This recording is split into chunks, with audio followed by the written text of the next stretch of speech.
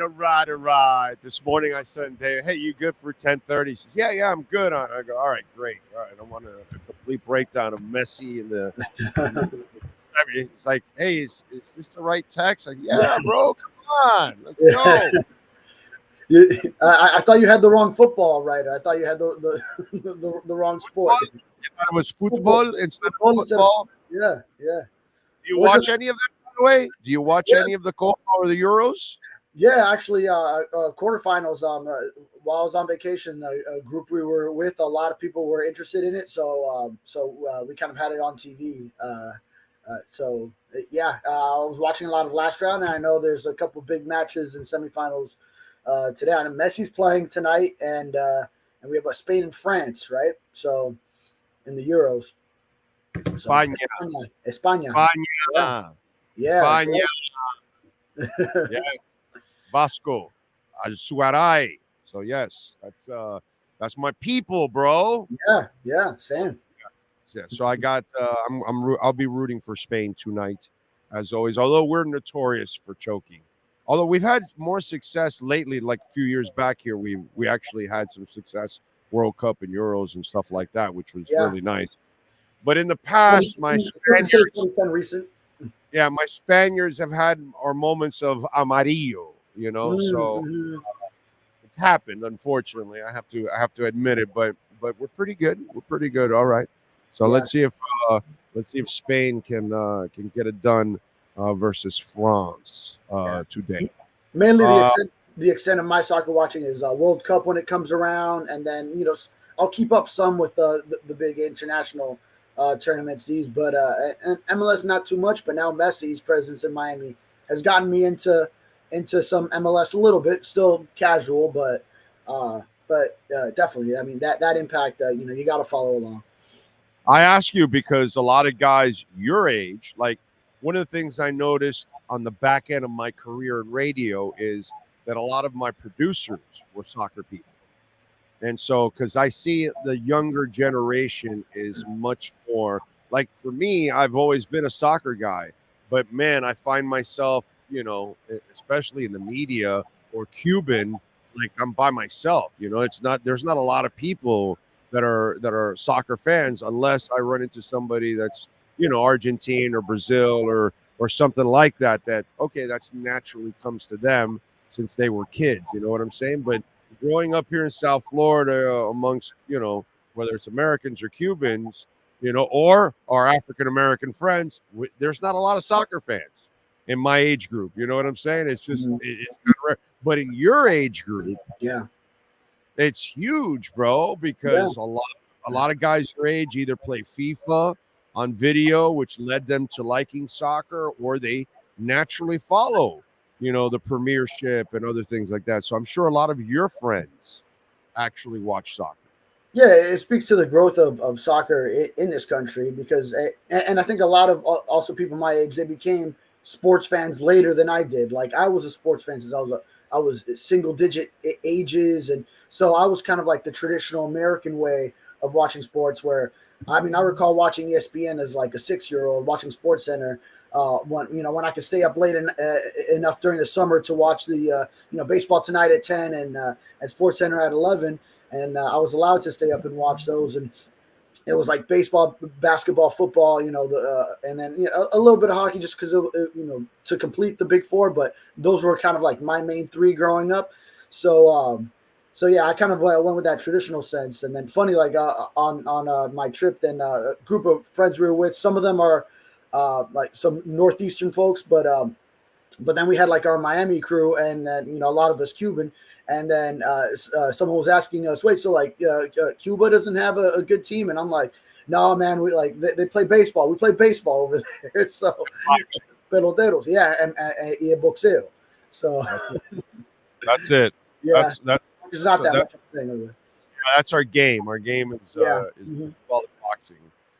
That's about it, unfortunately. But it is what it is. So when you're limited, that's kind of where you grew up with that. You never were able to expand because your economy was never able to expand. So you stay where you're at. You stay that you reach. That's it. And you are now not as good at that either, by the way. You know what I'm saying? That's the sad part about Cuba. Their cigars aren't nearly as good. The rest of the world up to their cigars, and some of them passed their cigars. So it's kind of become more. It's kind of like I've been pointing this out lately. The myth that used to, Pat Riley throws the rings and they come. Well, no, that's actually not true. They don't do that anymore. That hasn't happened for long, like decades now. It's, really, it's so there's that myth with Cuba also like that. You know what I mean? That it's the same thing. Oh, no, the greatest cigars. Actually, that's not true anymore, bro. You know what I mean? It's still pretty good, but they can't grow that because again, the quality is not there anymore because they don't have that money all throughout their entire. That's why they never grew, and they were never able to get anywhere. All right. So speaking of never getting anywhere, have the Dolphins? What a transition! That's why you're the king of this. I don't know. You survive. No, well, to my knowledge, nothing new. I think a lot of vacationing probably going on right now. A lot of time off, and then maybe once you get closer to training camp, then we're really going to see something. And then we're really going to find out if this is going to be settled before training camp or if it's going to dive into to camp, and who takes a hard stance and who sort of compromises a little bit in order to reach the middle ground that they need to get to. And then Tua might make a decision to keep holding in on the 11-on-11 drills, possibly early in camp. But we've talked about that. I don't think he should go that route for the entirety of camp if it's still unsettled. But furthermore, I just feel like these two sides, I feel like they're going to find that common ground at some point. I just feel like there's a happy ending to this, even though it's dragged on so long. We felt it was close. We felt since the beginning that it would get done. And then how many times did we say we feel like it's on the verge? And it's probably just like a guarantee or something like that, holding it up. And then I think the market showing what the market truly was probably distanced them a little bit and then put a little roadblock in the progress they had been making. And then now here's where we are. So, but I think a lot of people are probably just still not really back into the full football swing of things while we have 2 weeks now before veterans report for training camp, and the rookies will report next week. So, I mean, it comes around faster than you think. Yeah, I'm with you. Listen, I think they'll come to an agreement. I think this is the MO of Chris Greer, that he just doesn't hand out contracts, and he deals from a position. He tries to deal from a position of strength with everybody, and it doesn't matter if you're X, and it doesn't matter if you're Connor Williams and you want more money. And no, not so fast, bro. Not the whole. What's that? What's the guy on ESPN? The older gentleman. Not so fast, my friend. Lee Corso. So that's Chris Greer, dude. Yeah. He's done that with everybody. It doesn't matter who you are. It's not so fast, my friend. And so the thought that it's the quarterback and all that, bro. That's who he is, and that's kind of what he's been. He's been shrewd with all of his. So he doesn't want to go crazy for a corner or for a tackle or a quarterback. He'll pay it, but he wants to also have a position where he can have some flexibility and create a team around to it. And I think that that's what they're trying to do. That's why they continue. The beauty of hindsight is that it gives you 2020. Okay, and as time has gone on, you start going up higher and higher and higher in elevation, and you start looking at the big picture of what's going on. And I start looking at it, and these sons of bitches were very smart in the front office because they're like, okay, they're coming along. They knew what direction they were going in with the quarterback and the money. They were probably in some. But then all of a sudden, these other deals came in and kind of clouded a little bit. But meanwhile, they said, all right, this is kind of the space we're at. All right, let's go sign the rest of our team to, put the team around him. And now when you go back to the negotiating table, you say, well, hey, man, if we have to pay you this, then we're going to have to start losing players down the line, and we won't be able to, sign a Calais Campbell, and we won't be able to add this guy or that guy, a Jordan Poyer, guys like this that are going to help us get over the hump. And so it's kind of an example on the front office side to the agent and to the player, like, hey, man, it's not only about you. We have to be able to pay everybody else, too, at the same time. We got to pay Javon Holland next after we're done with you. And then next year, it's Jalen Phillips. We've got to then talk. And so I think in a way, they put themselves in a position to tell the quarterback and the agent, hey, look, we want to pay you, but we're not going to go crazy just because somebody else went crazy. We need to build a team around you. I don't know.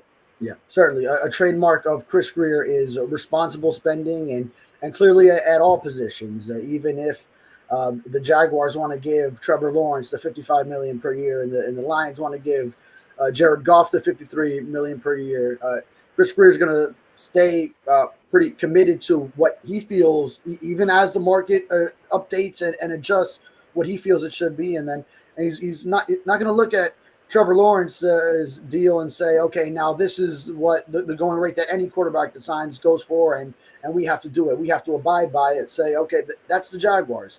That's what they wanted to do with Trevor Lawrence. And I think also, to your point, it's clear that the Dolphins feel that with Tua, they need to have the team around them, like with most quarterbacks.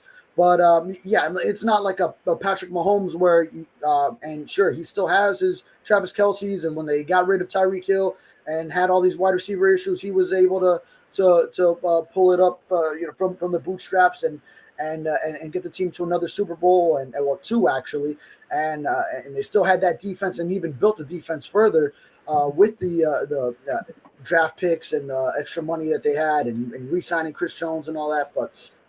I don't think they view it or the same way as Buffalo Bills, for better or worse, say, okay, we can move on from Stephon Diggs because Josh Allen is the one, and that he's the piece where whether he has the targets around him or not, we feel we can win.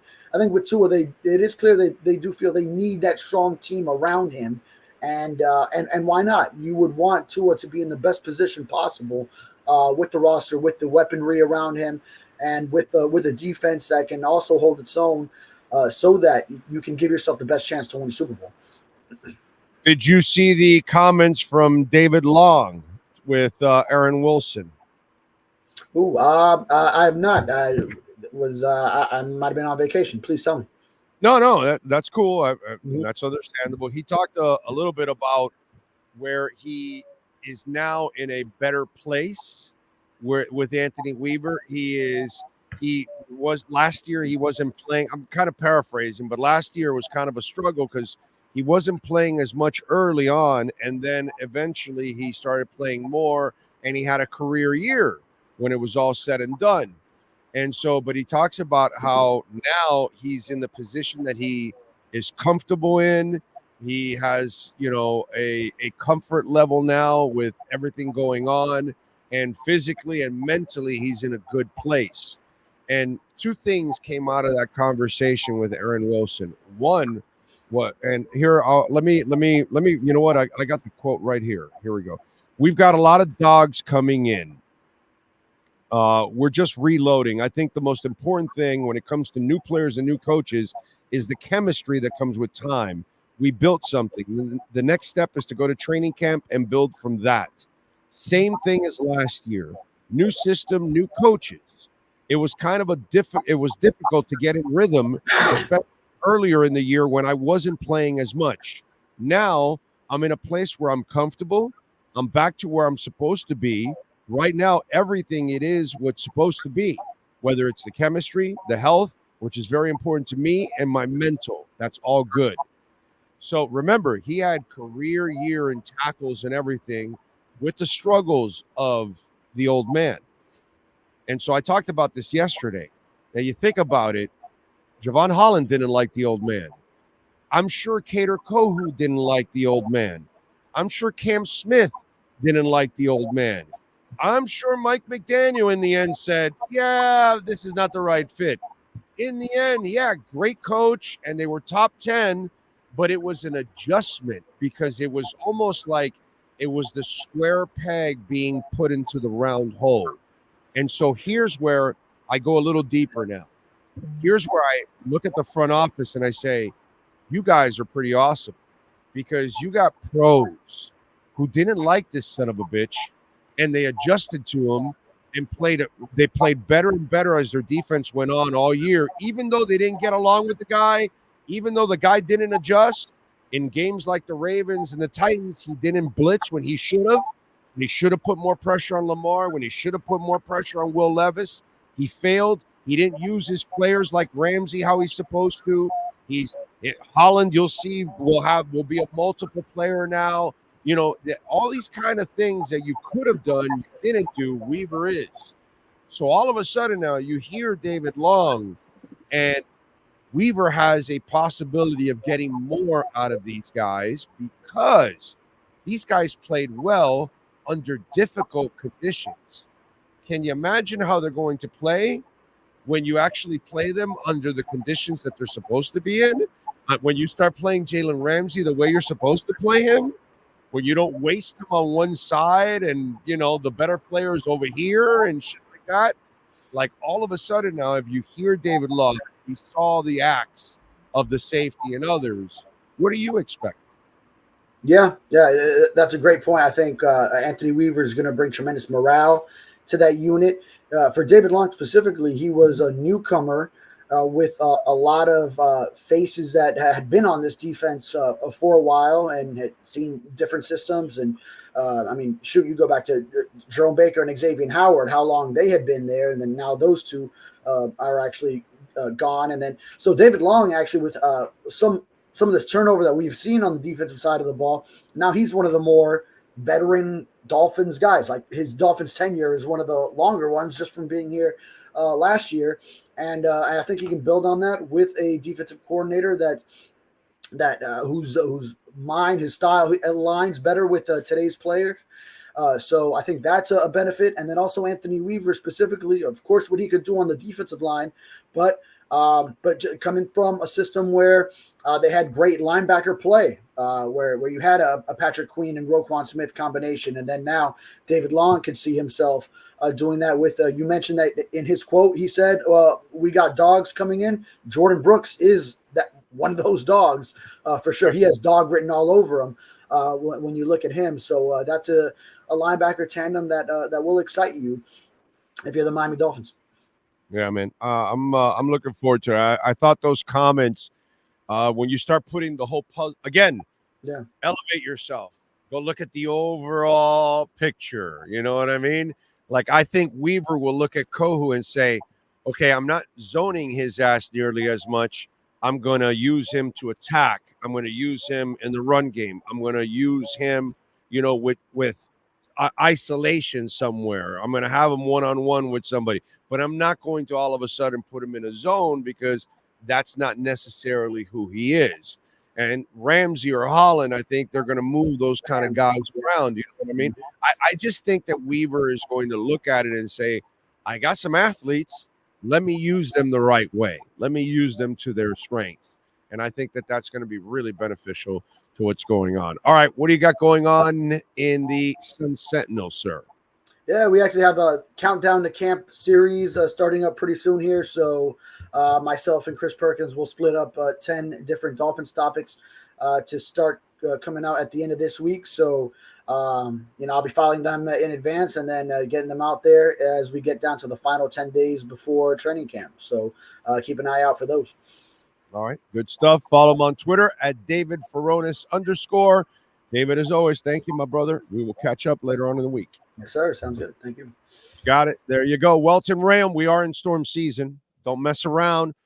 A couple of you guys and ladies have called Welt Rheaume this past week, whether it's a car accident, whether it's a trucking accident, whether it's bankruptcy. We've got a couple of listeners that have reached out because they've had some credit card issues, and I know that people are going into their credit cards a little too much because unfortunately times are really, really tough. And now you've put yourself in a tough position. Welt and Rheaume can get you out of that hole. Call them 954-966-4646. If you get hit by a storm, a hurricane, because that's not just a hurricane anymore. Now we know that these thunderstorms can come down and hit you and drop 3, 4, 5 inches of rain, and we end up with flash floods. So if you have homeowner property damage, condo damage, maybe a pipe breaks from your neighbor and it goes on you. One of our listeners had one of the neighbor pipe broke above them, and the leakage came down. And then, you trust me, you want these guys. And listen, we have wind events all the time, and 40, 50 mile an hour wind. It doesn't have to be a hurricane. It does some roof damage. They have their own adjusters. They will send their adjusters to your home. They will look at it and say, hey, you need a new roof. And they'll go after your insurance company and get that roof. 954-966-4646. Business owner claims, commercial litigation, personal injury. Protect yourselves with the best tackles in the business. Welt and Rheaume, they've come through for so many of our listeners and yours truly, because I watched them crush Progressive firsthand. Call them 954-966-4646.